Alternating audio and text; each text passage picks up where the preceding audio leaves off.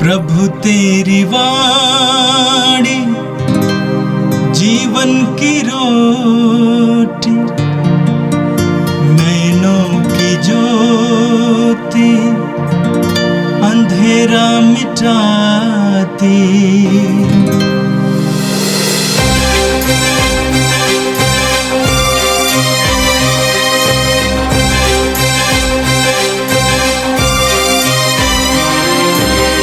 प्रभु तेरी वाणी जीवन की रोटी, नैनों की ज्योति अंधेरा मिटाती। प्रभु तेरी वाणी जीवन की रोटी, नैनों की ज्योति अंधेरा मिटाती। वाणी वाणी वाणी वाणी वाणी पवित्र है, शाश्वत है, जीवन का मन्ना है। 21 नवंबर सोमवार। पहला पाठ नबी जकरिया का ग्रंथ, अध्याय 2, पद संख्या 14 से 17 तक। प्रभु कहता है, हे सिय्योन की पुत्री, आनंद का गीत गा, क्योंकि मैं तेरे यहाँ निवास करने आ रहा हूँ। उस दिन बहुत से राष्ट्र प्रभु के पास आ जाएंगे, वह उसकी प्रजा बनेंगे, किंतु वह तेरे यहाँ निवास करेगा। और तू जान जाएगी कि विश्वमंडल के प्रभु ने मुझे तेरे पास भेजा है। तब प्रभु पूर्ण भूमि में यूदा को फिर अपनी प्रजा बनाएगा और यरूशलेम को फिर अपनाएगा। समस्त मानव जाति प्रभु के सामने मौन रहें। वह जागकर अपने पवित्र निवास से आ रहा है। यह प्रभु की वाणी है। संत मत्ती के अनुसार पवित्र सुसमाचार अध्याय 12 वाक्य 46 से 50 तक। ईसा लोगों को उपदेश दे रहे थे कि उनकी माता और भाई आए। वे घर के बाहर थे और उनसे मिलना चाहते थे। किसी ने ईसा से कहा, देखिए, आपकी माता और आपके भाई बाहर हैं, वे आपसे मिलना चाहते हैं। ईसा ने उससे कहा, कौन है मेरी माता, कौन है मेरे भाई? और हाथ से अपने शिष्यों की ओर संकेत करते हुए उन्होंने कहा, देखो, यह है मेरी माता और मेरे भाई। क्योंकि जो मेरे स्वर्गीय पिता की इच्छा पूरी करता है, वही है मेरा भाई, मेरी बहन और मेरी माता। यह प्रभु का दिव्य सुसमाचार है। क्रिस्त प्रभु की जय। मेरे प्रिय भाई और बहनों, आज के इस पवित्र और सुंदर दिन के लिए हम प्रभु को धन्यवाद दें और प्रभु के दिए गए सारे वरदानों के लिए हम प्रभु को धन्यवाद दें। धन्यवाद के साथ आज के इस दिन को हम शुरू करें। हृदय की गहराई से प्रभु से कहना कि प्रभु धन्यवाद कि तूने हमें जीवन का वरदान दिया, एक और दिन दिया है, इसे आशीर्वादित कर। आज कैथोलिक कलीसिया प्रभु यीशु की मां मरियम के मंदिर में चढ़ाए जाने का पर्व यानी समर्पण का पर्व मनाते हैं। इसके बारे में सुसमाचारों में कोई जिक्र नहीं है, लेकिन अन्य यहूदियों की तरह वो भी मंदिर में चढ़ाई गई। ये पर्व आज हम मनाते हैं मां मरियम के सम्मान में। आज का पहला पाठ जकरिया के ग्रंथ से लिया गया था।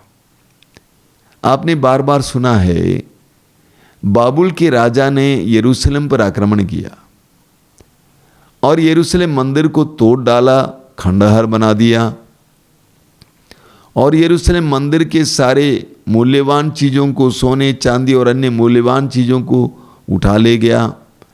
साथ ही साथ यरूशलेम और आसपास के हृष्ट पुष्ट अच्छे खासे यहूदियों को भी गुलाम बनाकर अपने देश में ले गया। तो यहूदी बाबुल में गुलाम की तरह जीवन जी रहे थे। प्रभु ईश्वर ने यिर्मयाह नबी के द्वारा भविष्यवाणी की थी कि 70 साल के बाद वे यहूदी अपना देश वापस लौटेंगे, और सचमुच वही हुआ। 70 साल के बाद वहाँ के राजा दारा ने यहूदियों को अपना देश वापस लौटने की अनुमति दे दी।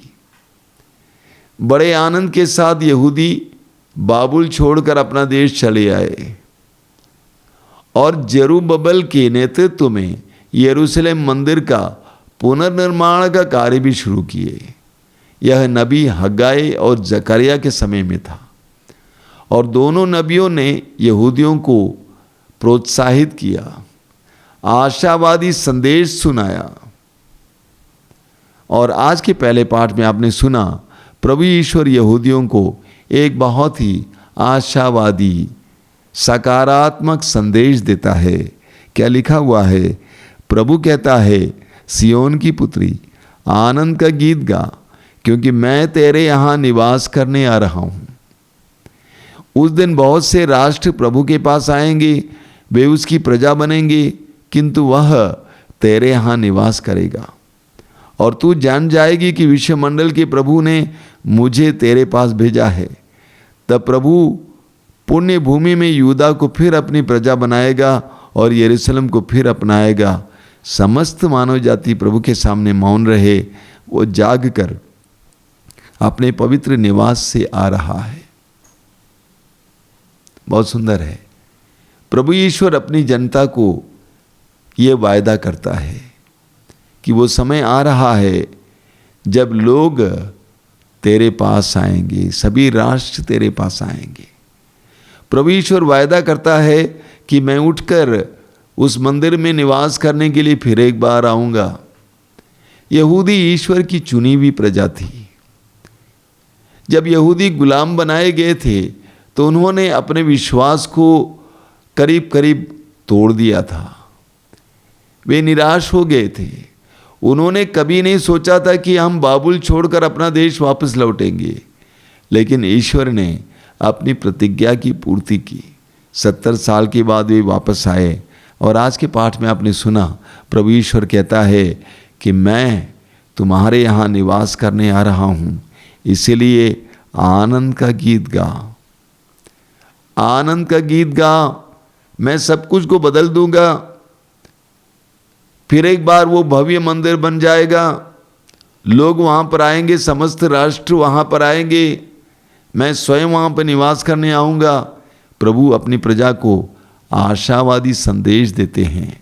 मेरे प्रिय भाई और बहनों, बाइबल में जिस ईश्वर के बारे में हम पढ़ते हैं, जिस ईश्वर पर हम विश्वास करते हैं, वह ईश्वर आशावादी संदेश देने वाला ईश्वर है।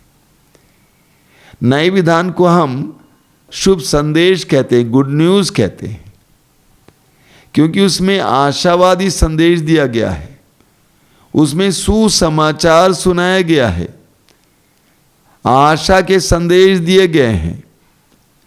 हमारा ईश्वर पुकार सुनने वाला ईश्वर है। हमारा ईश्वर हमारे बीच में उतर आने वाला ईश्वर है। हमारा ईश्वर हमें मरहम लगाने वाला ईश्वर है। हमारा ईश्वर मरे हुओं को जिंदा करने वाला ईश्वर है, आशावादी ईश्वर है। आज के पहले पाठ का यही संदेश है। हम भी ये विश्वास करें कि हमारा प्रभु असंभव को संभव करने वाला ईश्वर है। हमारी परिस्थितियां बदल जाएंगी। आज हम अपने आप को गुलाम महसूस करते हैं, लेकिन ऐसा समय आएगा जब हम स्वतंत्र हो जाएंगे, स्वतंत्र किए जाएंगे। हम अपने प्रभु ईश्वर पर भरोसा रखना सीखें, आशावादी बने, कभी निराश ना हो, कभी अपने विश्वास को टूटने ना दें। और आज के समाचार में आपने सुना, ईसा लोगों को उपदेश दे रहे थे कि उनकी माता और उनके भाई आए, वे घर के बाहर थे और उनसे मिलना चाहते थे। किसी ने ईसा से कहा, देखिए आपकी माता और आपके भाई बाहर हैं, वे आपसे मिलना चाहते हैं। ईसा ने उससे कहा, कौन है मेरी माता, कौन है मेरे भाई? और हाथ से अपने शिष्यों की ओर संकेत करते हुए उन्होंने कहा, देखो यह है मेरी माता और मेरे भाई, क्योंकि जो मेरे स्वर्गीय पिता की इच्छा पूरी करता है वही है मेरा भाई, वही मेरी बहन और वही मेरी माता। सुसमाचार में हमने सुना कि प्रभु यीशु की मां मरियम और उनके भाई उनसे मिलने के लिए आए थे। देखिए, मां मरियम और यीशु के बीच का रिश्ता सिर्फ जन्म देने का रिश्ता नहीं है। मां मरियम ने यीशु को जन्म दिया, लेकिन इसके साथ साथ पल पल में यीशु को पूरी तरह से साथ दिया, सहयोग दिया। आज के सुसमाचार में आपने देखा और अन्यत्र भी आप पढ़ेंगे कि जब प्रभु यीशु सुसमाचार की घोषणा करते थे, मां मरियम उनके बारे में पता लगाने के लिए, उनसे मिलने के लिए जाया करती थी। और आज भी सुसमाचार में हमने देखा कि मां मरियम उनसे मिलने के लिए आती हैं। वहाँ पे ये भी बताया गया कि उनके भाई भी उनसे मिलने आए। उनके भाई का मतलब क्या है? हो सकता है चचेरे भाई, ममेरे भाई, फुफेरे भाई, लेकिन उनका कोई सगा भाई नहीं था, ये स्पष्ट है। अगर यीशु का कोई सगा भाई होता तो क्रूस पर से यीशु अपनी मां को यूहन्ना के हाथ में नहीं थमा देते। ये स्पष्ट है कि उनका कोई सगा भाई नहीं था। जब किसी ने यीशु से कहा कि आपकी मां और आपके भाई आपसे मिलने आए हैं, वे बाहर खड़े हैं, तो यीशु क्या क्या जवाब था? यीशु का जवाब था, कौन है मेरी माता, कौन है मेरे भाई? और हाथ से अपने शिष्यों की ओर संकेत करते हुए उन्होंने कहा, देखो यह है मेरी माता और यह मेरे भाई, क्योंकि जो मेरे स्वर्गीय पिता की इच्छा पूरी करता है वही है मेरा भाई, वही मेरी बहन और मेरी माता। क्या प्रभु यीशु समय अपनी मां का अपमान कर रहे थे? उनको नीचा दिखा रहे थे? बिल्कुल नहीं। वास्तव में प्रभु यीशु उनकी मां को सम्मान, सबके सामने सम्मान दे रहे थे। ये बता रहे थे कि ये मेरी मां इसलिए नहीं है कि इन्होंने मुझे शारीरिक रूप से जन्म दिया है, बल्कि इसलिए भी कि इन्होंने ईश्वर की वाणी को ग्रहण किया, ईश्वर की वाणी का पालन किया, ईश्वर की वाणी को पूरी तरह से साथ दिया, इसलिए मेरी मां है। तो प्रभु यीशु वहां पर मां मरियम का अपमान नहीं कर रहे थे, अवहेलना नहीं कर रहे थे, बल्कि मां मरियम का सम्मान कर रहे थे। साथ ही साथ प्रभु यीशु अपने शिष्यों का भी सम्मान कर रहे थे। शिष्यों को इशारा करके बताना कि ये मेरी मां है और मेरे भाई हैं, इसके द्वारा शिष्यों को प्रभु यीशु ने सम्मानित किया। ये बताना चाहा कि ये ईश्वर की इच्छा को पूर्ण करने वाले हैं। सुसमाचार में प्रभु यीशु स्पष्ट करते हैं, जो मेरे स्वर्गीय पिता की इच्छा पूरी करता है वही है मेरा भाई, मेरी बहन और मेरी माता। यानी ईश्वर की इच्छा की पूर्ति के द्वारा हम यीशु के रिश्तेदार बनते हैं। जब हम ईश्वर की इच्छा को पूर्ण करते हैं, हम यीशु के भाई या बहन या मां बनते हैं। ईश्वर के साथ जुड़ने के लिए लोग कितनी तपस्या करते हैं, कितना प्रयास करते हैं। प्रभु यीशु हमें ईश्वर से जुड़ने का एक आसान तरीका बताते हैं, वो है आज्ञा पालन। प्रभु यीशु ने स्वयं ईश्वर की आज्ञाओं का पालन किया और इस प्रकार उन्होंने ये प्रकट किया कि मैं ईश्वर की संतान हूं, ईश्वर का बेटा हूं। और वही प्रभु यीशु कहते हैं कि तुम आज्ञाओं के पालन के द्वारा मेरे भाई या बहन बन सकते हो और ईश्वर के बेटे बेटी बन सकते हो। आज्ञा पालन को पूरी बाइबल में महत्व दिया गया है। यूहन्ना के सुसमाचार के अध्याय 14 वाक्य 15 में प्रभु यीशु कहते हैं, यदि तुम मुझसे प्यार करोगे तो मेरी आज्ञाओं का पालन करोगे। पुराने विधान में भी बार बार हमें आज्ञा पालन की आवश्यकता के बारे में बताया जाता है। इस्यास नबी के ग्रंथ के अध्याय 48 वाक्य 18 में प्रभु कहते हैं, यदि तुमने मेरी आज्ञाओं का पालन किया होता तो तुम्हारी सुख शांति नदी की तरह उमड़ती रहती। यदि तुमने मेरी आज्ञाओं का पालन किया होता। ईश्वर की आज्ञाओं के पालन के द्वारा हम ईश्वरीय परिवार के सदस्य बन जाते हैं। बाइबल हमें बताती है कि ईश्वर ने हमसे प्रेम किया और मानव परिवार का सदस्य बन गए ईश्वर यीशु के द्वारा। उसी तरह ईश्वर को प्यार करके, ईश्वर की आज्ञाओं का पालन करके हम ईश्वरीय परिवार के सदस्य बन जाते हैं। प्रभु यीशु ने इस प्रसंग में हमें ललकारा है। क्या ललकारा है? ईश्वर की इच्छा को पूर्ण करो और मेरे भाई बहन बनो। ईश्वर की इच्छा को पूर्ण करो और मेरे भाई बहन बनो। आज्ञा पालन के द्वारा तुम मेरे भाई बहन बन सकते हो। मेरे प्रिय भाई और बहनों, आज माँ मरियम के इस महान पर्व के दिन हम प्रार्थना करें, विशेष करके माता मरियम की मध्यस्थता के द्वारा, कि प्रभु हमें आज्ञा पालन का वरदान दे, ताकि आज्ञा पालन के द्वारा हम यीशु के रिश्तेदार, भाई बहन, माँ बन सकें। आइए हम प्रार्थना करें। प्रभु यीशु, धन्यवाद देते हैं आज के सुंदर दिन के लिए और इस पवित्र वचन के लिए, जिसके द्वारा तूने हमारे सामने एक रहस्य खोला है कि हम आज्ञा पालन के द्वारा ईश्वरीय परिवार के सदस्य बन सकते हैं।